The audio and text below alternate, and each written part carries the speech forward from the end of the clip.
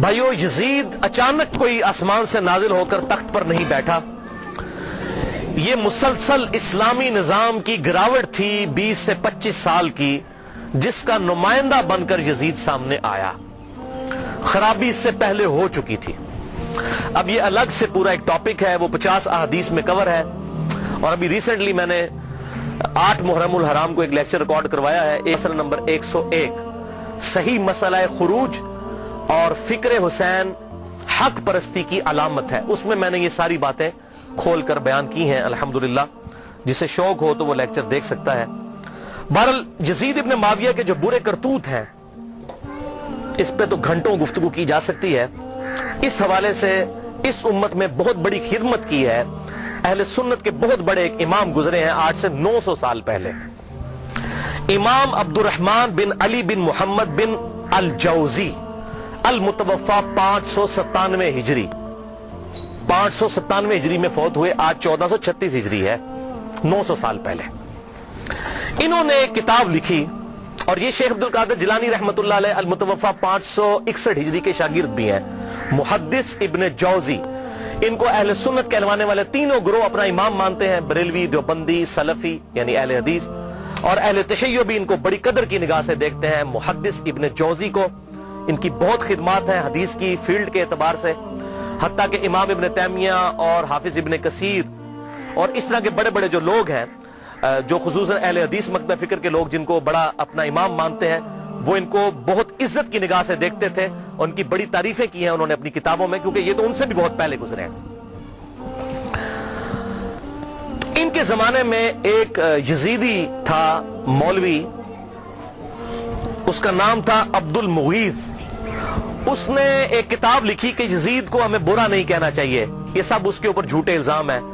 حتیٰ کہ بخاری مسلم میں بھی جو حدیثیں آئی ہیں، اس نے کہا یہ بس اسی طرح ہیں جس طرح آج بھی منکرین حدیث ہے نا، وہ بخاری مسلم کی حدیثوں کو کہتے ہیں ہم نہیں ان حدیثوں کو مانتے. تو منکرین حدیث ہمیشہ سے رہے ہیں. تو اس نے وہ حکومتی ملے ہوتے ہیں نا، حکومتوں سے پیسہ لے کے تو فتوے دیتے ہیں، آج بھی لوگ دیتے ہیں. تو اس نے ایک کتاب لکھی عبد المغیث نے. تو اس وقت محدث ابن جوزی میدان میں اترے اور انہوں نے یہ کتاب لکھی، الرد علی المتعصب العنید المانع من ذم یزید. یہ اس سرکش اور ضدی کا رد ہے جو یزید کی مذمت کرنے کو برا سمجھتا ہے. یہ کتاب کا نام انہوں نے رکھا. اور پھر وہ پول کھولے کہ کسی کا انہوں نے لحاظ نہیں کیا، اور جو کر سکتے تھے انہوں نے کیا. الحمدللہ یہ کتاب امام ابن تیمیہ المتوفا 728 ہجری، حافظ ابن کثیر المتوفا 774 ہجری اور بڑے بڑے اہل سنت کے ائمہ نے اس کتاب کی بڑی تعریف کی ہے، اپنی کتابوں میں لکھا. اور البدایہ والنہایہ تاریخ ابن کثیر میں حافظ ابن کثیر نے اس کتاب کو مینشن کر کے کہا کہ اس کتاب نے امت کا دل ٹھنڈا کر دیا ہے، اور بڑی صحیح طریقے سے پٹائی کی ہے یزیدی پارٹی کی ابن جوزی نے. یہ ابن کثیر نے لکھا. اور یہ کتاب الحمدللہ اردو ترجمے کے ساتھ شائع ہو چکی ہے. شاہ نفیس اکیڈمی لاہور والوں نے، جو دیوبند مکتبہ فکر کا ایک ادارہ ہے، انہوں نے اس کا ترجمہ شائع کر دیا ہے. ہماری ویب سائٹ ahlsunnatpak.com پہ اس کا PDF موجود ہے، ڈاؤن لوڈ بھی آپ کر سکتے ہیں.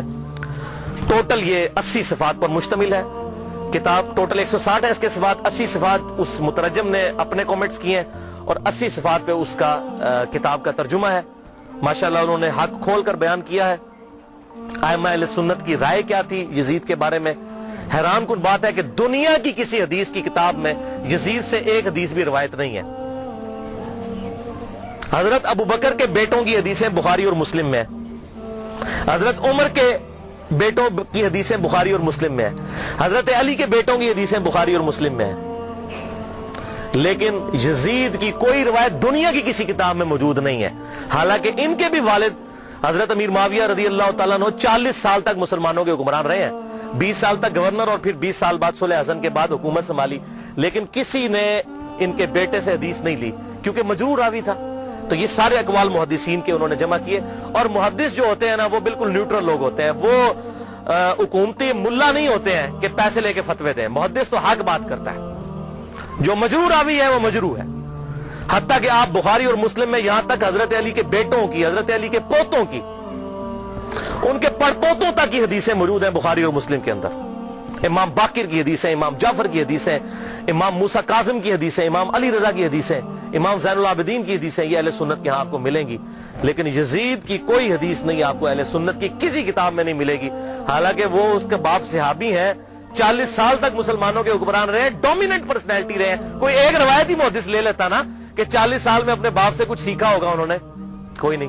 کیونکہ وہ کہتے تھے یہ ظالم شخص ہے، یہ اس قابل ہی نہیں کہ اس سے حدیث لی جائے. وہ احمد بن حنبل کا قول میں انشاءاللہ بیان بھی کر دوں گا اس میں. تو بہرحال یہ کتاب پی ڈی ایف فارم میں اگر کسی کو چاہیے ہو تو مجھے ای میل کر سکتے ہیں mirza_95@yahoo.com پہ، میں آپ کو یہ بھجوا بھی سکتا ہوں. بھائیو، آپ صلی اللہ علیہ وسلم کی وفات کے 50 سال کے بعد 60 ہجری میں حضرت امیر معاویہ رضی اللہ تعالیٰ عنہ فوت ہوئے، اور جاتے جاتے انہوں نے اپنی زندگی میں ہی مرنے سے 4 سال پہلے ہی اپنے بیٹے یزید کے لیے بیعت لینا شروع کر دی. صحیح بخاری میں آتا ہے کہ صحابہ کرام سخت خلاف تھے کہ آپ یہ کیا کرنے جا رہے ہیں، امت کو کس ڈگر پہ چلا کر جا رہے ہیں، لیکن تلوار کے زور پر اپنے بیٹے کی بیعت لی. صحیح بخاری میں موجود ہے. یہ کہتے ہیں جی بیعت کر لی تھی، گن پوائنٹ پہ بیعت کی، تو بیعت تو دل ہی ماننے کا نام ہے. اور میں حضرت عمر کا فتویٰ بھی اینڈ پہ بتاؤں گا صحیح بخاری سے کہ جو تلوار کے زور پر بیعت ہو اس کو حضرت عمر کہتے ہیں یہ بیعت ہی نہیں ہے. تو صحابہ کرام نے مخالفت کی، لیکن وہ جو معاملہ ہونا تھا وہ ہوا. وہ میں نے مسئلہ نمبر 101 میں ڈیٹیل کے ساتھ بیان کیا. آج ٹاپک کو میں چھیڑوں گا نہیں کیونکہ آلریڈی میں اس کو ایڈریس کر چکا ہوں. بہرحال اس حوالے سے صحیح بخاری میں انٹرنیشنل نمبر کے مطابق 120 نمبر حدیث ہے. حضرت ابو ہریرہ کہتے ہیں میں نے حضور صلی اللہ علیہ وسلم سے 2 پیالے لیے، ایک میں نے تمہارے سامنے ظاہر کر دیا، یعنی یہ جو شریعت کا علم ہے، حدیثیں میں نے بیان کر دی، اور دوسرا پیالہ ایسا ہے اگر میں تمہیں بتاؤں تو تم میری شہرت کاٹ دو. ایسی باتیں مجھے حضور نے بتائی ہیں. وہ کیا باتیں تھی؟ وہ صحیح بخاری کے اندر ہی انٹرنیشنل نمبر کے مطابق 3605 نمبر حدیث ہے. حضرت ابو ہریرہ کہتے ہیں کہ مجھے حضور صلی اللہ علیہ وسلم نے بنو قریش، بنو امیہ کے لونڈوں کے ان لڑکوں کے نام بتائے ہیں، ان کے ماں باپ اور قبیلوں کے نام تک بتا دیے ہیں جن کے ہاتھوں اس امت کی تباہی ہونے والی ہے. اور میں چاہوں تو ان کے نام، ان کے ماں باپ کے نام بھی بتا سکتا ہوں. جیسے حضرت حذیفہ ابن یمان کو حضور صلی اللہ علیہ وسلم نے منافقین کے نام بتائے تھے، حضرت ابو ہریرہ کو ان لوگوں کے نام بتا دیے تھے جن کے ہاتھوں امت کی تباہی ہونے والی تھی، بنو امیہ کے وہ لڑکے. حتیٰ کہ اسی حدیث کے تحت فتح الباری میں امام ابن حجر اسقلانی رحمہ اللہ المتوفی 852 ہجری وہ لکھتے ہیں، اور بڑی انہوں نے اسناد مختلف کتابوں سے، المصنف ابن ابی شیبہ سے، باقی کتابوں سے جمع کی کہ حضرت ابو ہریرہ یہ دعا کیا کرتے تھے، اے اللہ مجھے 60 ہجری تک باقی نہ رکھنا اور لڑکوں کی حکومت سے پہلے موت دینا. 59 ہجری میں حضرت ابو ہریرہ فوت ہو گئے اور 60 ہجری میں یزید ابن معاویہ تخت نشین ہوا. اور اس میں ایک مرفوع حدیث ہے انٹرنیشنل نمبر کے مطابق مسند امام احمد میں 8302 اور مشکات میں بھی 3716 کہ آپ صلی اللہ علیہ وسلم نے فرمایا 70 کی دہائی کے آغاز سے اللہ کی پناہ طلب کرو اور نوجوان لڑکوں کی حکومت سے اللہ کی پناہ طلب کرو. 70 کی دہائی کا آغاز یعنی 61 ہجری اور واقعہ کربلا 61 ہجری میں ہوا ہے. تو آپ صلی اللہ علیہ وسلم نے اپنی امت کو اس حوالے سے خبریں دی تھیں کہ آپ صلی اللہ علیہ وسلم کی وفات کے بعد امت کے ساتھ کیا سلوک ہونے والا ہے. تو اس کے ظلم کی داستان بہت طویل ہے. یہاں پر میں اس کے 3 بڑے بڑے سیاہ کارنامے ذکر کروں گا احادیث کی کتابوں سے، تاریخ نہیں. اگر تاریخ میں نے بتایا تاریخ میں اگر 10 باتیں یزید کے حق میں ہیں نا تو 1000 اس کے خلاف ہیں. لیکن کیا کرتے ہیں یہ حکومتی ملے، اور چند ایک باتیں نقل کر کے تو پھر دفاع کرنے کا کوشش کرتے ہیں اور پھر کتابوں پہ پابندی لگ جاتی ہے. وہ جو جھوٹی کتاب صلاح الدین یوسف صاحب نے لکھی وہ گورنمنٹ نے پابندی لگا دی. کوئی حدیث نقل نہیں کی ہے بلکہ وہ ساری تاریخی روایتیں نقل کی ہیں، اور وہیں پر لکھا ہوا ہے کہ یزید کی فوجوں نے واقعہ ہرہ میں 1000 صحابیات اور تابعیات کے ساتھ زنا کیا اور وہ حاملہ ہو گئیں، اور 3 دن تک مسجد نبی میں گھوڑے باندھ کر رکھے اور مسجد نبی میں نماز نہیں ہوئی ہے. لیکن صلاح الدین یوسف صاحب کی رگ نہیں پڑکی کہ میں یہ حق لوگوں کو بتاؤں. ابن کثیر سے، اس ابن کثیر سے اپنی مطلب کی باتیں نقل کی. وہ بتا رہا ہوں 10 باتیں نقل کی، 1000 اس کے خلاف لکھی ہوئی ہیں. لیکن جب کوئی بندہ بے ایمانی پہ اتر آئے تو اس کا تو کوئی علاج نہیں ہے. لہذا میں تاریخ کو کرتا ہوں سائڈ پہ، میں صرف آپ کو احادیث سے حوالے دوں گا جس کے سامنے اب سارے خاموش ہو چکے ہیں. جب سے یہ میری یہ پمفلٹ آئے ہیں، یہ واقعہ کربلا کا حقیقی پس منظر 50 صحیح الاسناد احادیث کی روشنی میں، یہ والا پمفلٹ اور یہ رافضیت، ناسبیت اور یزیدیت کا تحقیقی جائزہ، یہ پمفلٹ میں نے ڈاکٹر ذاکر نائک کے خلاف لکھا تھا، انگلش کے اندر بھی، اردو کے اندر بھی. اور ان کے ہم نے شاگرد پاکستان آئے، ان کے ہاتھ میں یہ پمفلٹ پکڑائے کہ خدا کے لیے کہ آپ یہ کون سی وہ امام غزالی کی لکھی ہوئی تاریخ بیان کر رہے ہیں، ابن تیمیہ کی لکھی ہوئی تاریخ بیان کر رہے ہیں. خدا کے لیے حدیث کی کتابیں پڑھیں، بخاری اور مسلم پڑھیں. یا تو بخاری اور مسلم کو غلط کہہ دیں، منکرین حدیث بن جائیں، یہ تاریخیں تو حکمرانوں نے لکھوائی ہوئی ہیں، بادب با ملاحظہ ہوشیار، لکھو ہم بڑے سخی تھے، ہم یہ تھے وہ تھے، تاریخیں تو حکمرانوں کی لکھوائی ہوئی ہیں۔ حدیثیں ہیں، یہ ہیں ایماندار لوگ محدثین، یہ ہیں اصل اہل حدیث اہل سنت جنہوں نے حق بات امت کو بتائی، ان کو فالو کریں۔ تو دین جب محدثین سے لیا تو اس طرح کی باتیں محدثین سے لینی ہے، اتھینٹسٹی تو محدثین کی ہے نہ کہ ان لوگوں کی ہے۔ تو اس حوالے سے یہ بات آپ سمجھ لیجئے۔ 3 سیاہ کارنامے یزید کے۔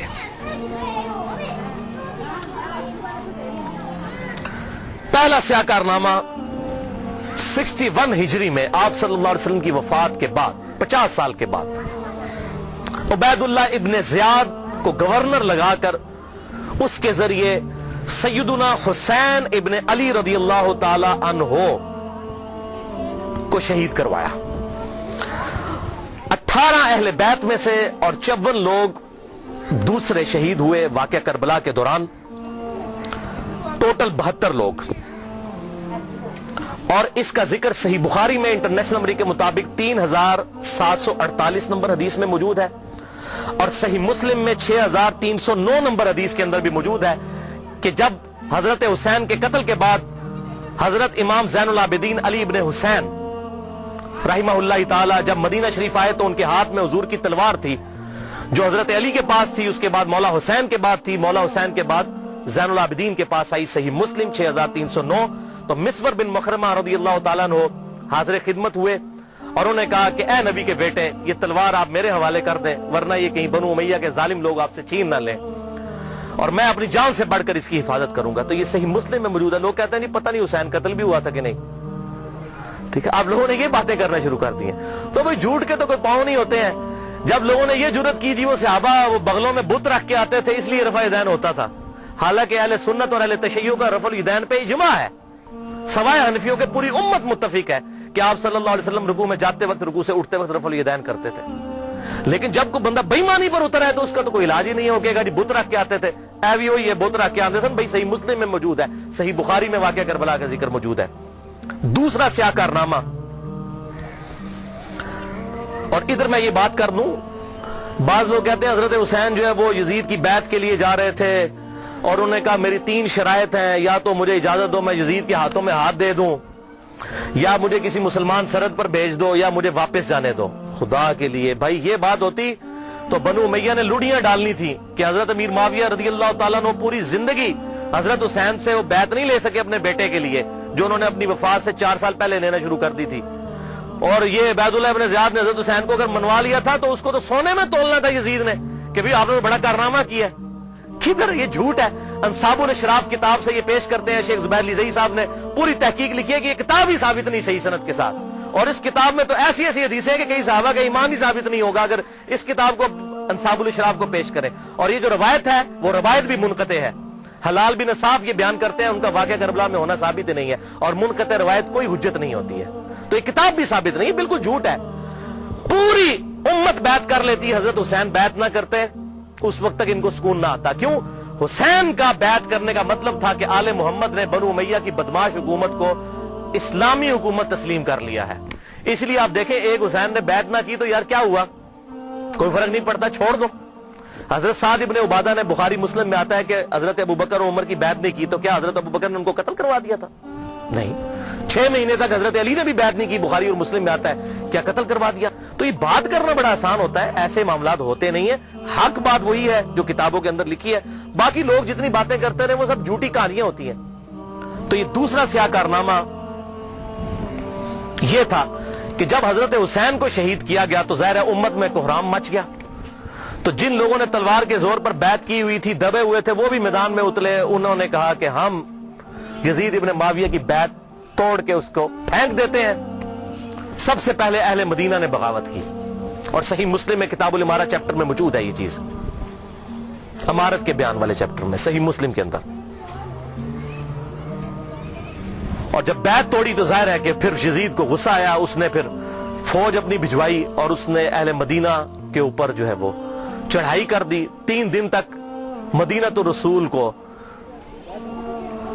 حلال ٹھہرا لیا کہ وہ حضرت عثمان غنی رضی اللہ تعالیٰ عنہ جنہوں نے شہادت گوارا کر لی، لیکن مدینے میں اپنے دفاع میں تلوار نہیں اٹھنے دی کہ مدینہ تو رسول میں میری وجہ سے خون نہ گرے.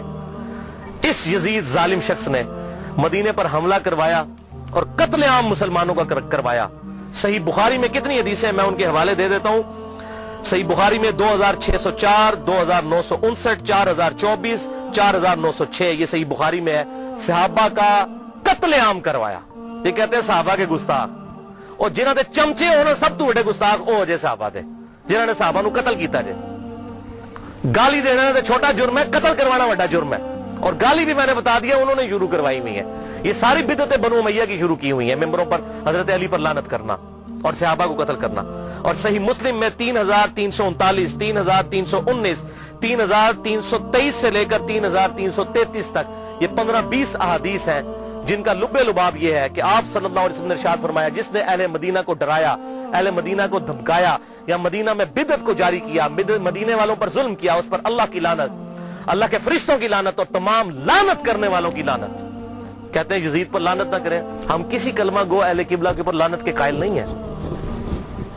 آپ صلی اللہ علیہ وسلم نے ہمیں منع کیا ہے, لیکن اس کا یہ مطلب نہیں کہ وہ لعنت کا اہل نہیں ہے.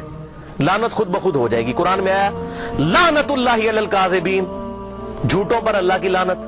آپ میرے سامنے واضح جھوٹ بولیں, میں آپ کو لعنتی پھر بھی نہیں کہہ سکتا, حالانکہ آپ لعنت کے مستحق ہو رہے ہوں گے. جھوٹ بول کے خود بخود مستحق ہوں گے لعنت کے. اسی طریقے سے سورہ محمد کی آیت نمبر 22 اور 23 میں آتا ہے جو لوگ فساد فی الارض کرتے ہیں, زمین میں قتل ناحق کرتے ہیں, ان پر اللہ تعالیٰ کی لعنت ہوتی ہے. تو قرآن میں لعنت آئی ہے ظالموں کے اوپر, تو ہمیں تو بھیجنے کی ضرورت ہی نہیں. خود بخود جسے فٹ اسے گفٹ, جو ایسا کام کرے گا وہ خود لعنت کا مستحق ہو جائے گا. ہم کیوں لعنت بھیجیں, وہ خود بخود لعنت کے مستحق ہو گیا. وَلِعَاذُ بِاللَّهِ تعالی. اور اسی واقعہ, اس کو واقعہ حرہ کہتے ہیں, جس میں اہل مدینہ کو لوٹا گیا.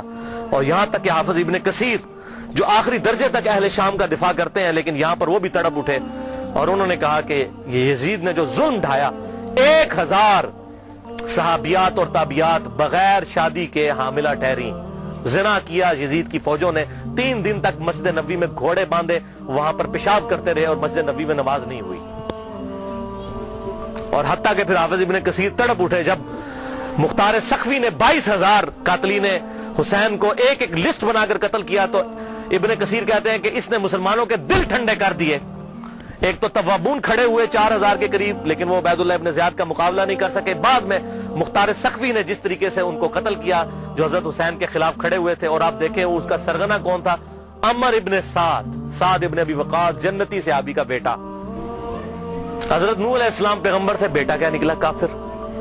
کہتے نہیں صحابہ کی اولاد, او بھئی نبی کی اولاد سے بڑھ کر کون ہو سکتا ہے, حضرت نوح کا بیٹا کافر. تو اس کی وجہ سے حضرت نوح کو تو کوئی لعن طعن نہیں کر سکتا. اسی طریقے سے عمر ابن سعد جیسے سعد ابن ابی وقاص جنتی صحابی ہیں. ایک مجلس میں جن 10 صحابہ کو بشارت ملی ان میں یہ بھی شامل ہے, اور آخری وقت تک یہ حق کی آواز بلند کرتے رہے الحمدللہ. اب سعد ابن ابی وقاص میں صرف بیان کروں کس طرح وہ حضرت علی کے فضائل امیر معاویہ کے دور میں بیان کرتے تھے اور ڈنکے کی چوٹ پہ کرتے تھے, اور جو لوگ حضرت علی پر لعنت کرتے تھے ان کے وہ خلاف کھڑے ہوتے تھے. یہ پورا ایک ٹاپک ہے بخاری اور مسلم کے اندر, جو کبھی ٹائم ملا تو میں انشاءاللہ بیان کروں گا. لیکن بیٹا آگے دیکھیں کیا نکلا. اسی واقعہ حرہ پر امام احمد بن حنبل رحمۃ اللہ علیہ کا قول صحیح سند کے ساتھ اسی ابن جوزی کی کتاب میں موجود ہے, صفحہ نمبر 40 پہ, جو عربی میں نسخہ ہے, اردو میں آپ کو مل جائے گا. یہ امام احمد بن حنبل سے ان کے شاگرد نے پوچھا یزید ابن معاویہ کے بارے میں کہ کیا یزید ابن معاویہ کے بارے میں آپ کا کیا خیال ہے. یہ اب میں آپ کو بتانے لگوں کہ اہل حدیث کا کیا موقف تھا. سب سے بڑے اہل حدیث اہل سنت امام احمد بن حنبل المتوفا 241 ہجری, جو اہل سنت کے بڑے ائمہ ہیں, بخاری اور مسلم کے استاد ہیں. اور وہ کیا کہہ رہے ہیں, آپ حدیث میں کس کو لیتے ہیں کہ جی کس راوی پر بحث کرنی ہے, آپ کہتے ہیں یہ فلاں محدث اس کو ضعیف کہتا ہے. اب یہ سب سے بڑا امام اہل سنت کا کیا کہہ رہا ہے, وہ کہتے ہیں کہ یزید وہی ہے جس نے مدینے والوں کے ساتھ وہ کرتوت کیے جو اس نے کیے. شاگرد نے پوچھا یزید نے کیا کیا تھا. احمد بن حنبل نے فرمایا اس نے مدینے والوں کو لوٹا تھا. شاگرد نے پوچھا کیا ہم یزید سے حدیث بیان کر سکتے ہیں. احمد بن حنبل نے فرمایا یزید سے حدیث مت بیان کرو, اور کسی کے لیے یہ حلال ہی نہیں ہے کہ وہ یزید سے ایک حدیث بھی بیان کرے. پھر شاگرد نے پوچھا کہ جب یزید نے یہ حرکتیں کی تھیں تو کن لوگوں نے یزید کا ساتھ دیا تھا. تو احمد بن حنبل نے فرمایا اہل شام نے. یہ شامیوں نے یہ غلط کام کیا تھا جو یزید کے ساتھ مل کر اہل بیت کے ساتھ اور اہل مدینہ کے ساتھ ظلم ان پر ڈھایا تھا. یہ دوسرا کارنامہ. اور تیسرا سیاہ کارنامہ 64 ہجری میں اسی دوران حضرت عبداللہ ابن زبیر رضی اللہ تعالیٰ عنہ، یہ وہ صحابی ہیں جن کے بارے میں صحیح بخاری میں آتا ہے جب مسلمان ہجرت کر کے مدینہ شریف آئے تو یہودیوں نے کہا ہم نے مسلمانوں پر بندش کر دی ہے، ان کے گھر اب اولاد نہیں ہوگی. تو سب سے پہلے بیٹا پیدا ہوا حضرت ابو بکر کا نواسا عبداللہ ابن زبیر. حضرت عائشہ کی جو بہن تھی اسما بنت ابی بکر، ان کا بیٹا عبداللہ ابن زبیر. اور حضور نے اپنے مبارک ہاتھوں سے ان کو گٹی دی تھی کھجور چبا کر، صحیح بخاری میں آتا ہے. یہ وہ ہیں عبداللہ ابن زبیر صحابی. یہ بھی حضرت حسین کی طرح جن چند بڑے لوگوں نے بیعت نہیں کی. کون کون تھے ان میں؟ حضرت حسین ابن علی کا بیٹا، حضرت عباس کا بیٹا عبداللہ ابن عباس، ابو بکر کا بیٹا عبد الرحمن بن ابی بکر، اور زبیر کا بیٹا ابن زبیر عبداللہ ابن زبیر. تو یہ نمائندہ شخصیات ہی سامنے آتی ہیں نا. مجھے بتائیں آج اگر زرداری اور نواز شریف مل کے عمران خان کی بیعت کر لیں تو کیا یہ دو بندوں کی بیعت ہوگی؟ پوری پارٹی کی. یا عمران خان اور زرداری مل کے نواز شریف کی کر لیں، یا عمران خان اور نواز شریف مل کے زرداری کی بیعت کر لیں تو کیا یہ دو بندوں کی بیعت ہوگی؟ پوری پارٹی کی. وہ کہتے نہیں سب نے بیعت کر لی تھی. اور بھائی نمائندہ شخصیات تو امت کی یہی تھی نا، باقی تو سارے بیچارے اسی طرح ہوتے ہیں. حسین تے نہیں روزانہ ماما جمنیاں. حسین بننا سوکھ ہے. آپ نے بخاری میں حضرت ابو ہریرہ کا قول سن لیا کہ وہ کہتے ہیں مجھے ڈر ہے میں ان لوگوں کے نام بتاؤں تو مجھے قتل کر دو. تو انہوں نے اپنی جان بچائی. جان بچانا بھی فرض ہے، لیکن اعلیٰ ترین درجہ یہ ہے جو صحیح مسلم میں حدیث ہے، انٹرنیشنل نمبر کے مطابق 177 نمبر حدیث صحیح مسلم کتاب الایمان میں، کہ برائی جب دیکھو تو ہاتھ سے روکو. ہاتھ سے نہیں روک سکتے، زبان سے، نہیں تو کم از کم دل میں برا جانو. لیکن ذالک اضعف الایمان، یہ ایمان کا سب سے لوئسٹ درجہ ہے. تو حضرت حسین لوئسٹ درجے پر تو نہیں تھے بھائی. جس کے جینز پروفٹ کے جینز ہوں، جس کا بلڈ اور خون نبی کا خون ہو، وہ لوئسٹ درجے پر ایمان رکھے گا؟ وہ تو آگے بڑھ کر باطل کا مقابلہ کرے گا. یہی وجہ ہے کہ حضرت حسین جو ہیں انہوں کو یہ ٹائٹل ملنا تھا. اور یہ بھی آپ بات یاد رکھیں، حضرت حسین نے حضور کی زندگی میں کیا کارنامہ کیا ہے؟ 6.5 سال عمر تھی، حضور صلی اللہ علیہ وسلم کی وفات ہو گئی. کارنامہ کرنا تھا. اسلام تقوی کی بنیاد پہ کسی کو ٹائٹل دیتا ہے، ان اکرمکم عند اللہ اتقاکم. حضرت حسین نے کون سا کارنامہ کیا تھا؟ کارنامہ بھائی کرنا تھا. جنتی نوجوانوں کا ٹائٹل اس لیے ملا کہ انہوں نے وہ کام کرنا تھا کہ جب امت سو چکی ہوئی تھی انہوں نے امت کو جگایا. اور ایسی بھی امت جاگی کہ آج تک جب بھی کہیں پر ظلم ہوتا ہے حسین کی مثال پیش کی جاتی ہے. لوگ کہتے ہیں کیا ہوا جی، حسین کے ساتھ بھی تو 72 لوگ تھے نا. اگر ہم تھوڑے ہیں، سورہ نحل میں آیا کہ ابراہیم علیہ السلام اکیلے ہی پوری امت تھے. حق تھوڑا ہو، حق حق ہے، باطل باطل ہے، چاہے وہ کثرت میں کتنا ہی زیادہ ہو. ٹھیک ہے، تو یہ بات آپ سمجھیے اس حوالے سے. تو عبداللہ ابن زبیر نے بھی بغاوت کی. انہوں نے حجاز، مکہ، مدینہ اور پورے ایریے پر انہوں نے اپنی خلافت قائم کر لی اور یزید صرف شام تک رہ گیا. تو پھر یزید نے عبداللہ ابن زبیر رضی اللہ تعالیٰ عنہ کو قتل کرنے کے لیے اور ان کی حکومت کو ختم کرنے کے لیے جو خلافت تھی، اپنے گورنروں کو بھیجا، سپہ سالاروں کو بھیجا. 64 ہجری کا یہ واقعہ ہے. اور یہ صحیح مسلم میں انٹرنیشنل نمبر کے مطابق 3245 صحیح مسلم 3245 نمبر حدیث ہے کہ ابن زبیر پر جب حملہ کیا اس دوران خانہ کعبہ کو منجنیق سے پتھراؤ کیا گیا، غلاف کعبہ بھی جل گیا. 3245 صحیح مسلم. یہ کرتوت ہے. کہتے ہیں جی وہ تو یہ تھے جنتی تھے. وہ بھی میں پول کھولنا کہڑے پاس جنتی سی ہو. صحیح مسلم 3245 خانہ کعبہ کو جلا دیا. لیکن پھر اس دوران پہلے واقعہ کربلا، اس کے بعد واقعہ حرہ ہوا، اور پھر ابن زبیر پہ جب حملہ کیا اسی دوران یزید مر گیا 64 ہجری کے اندر.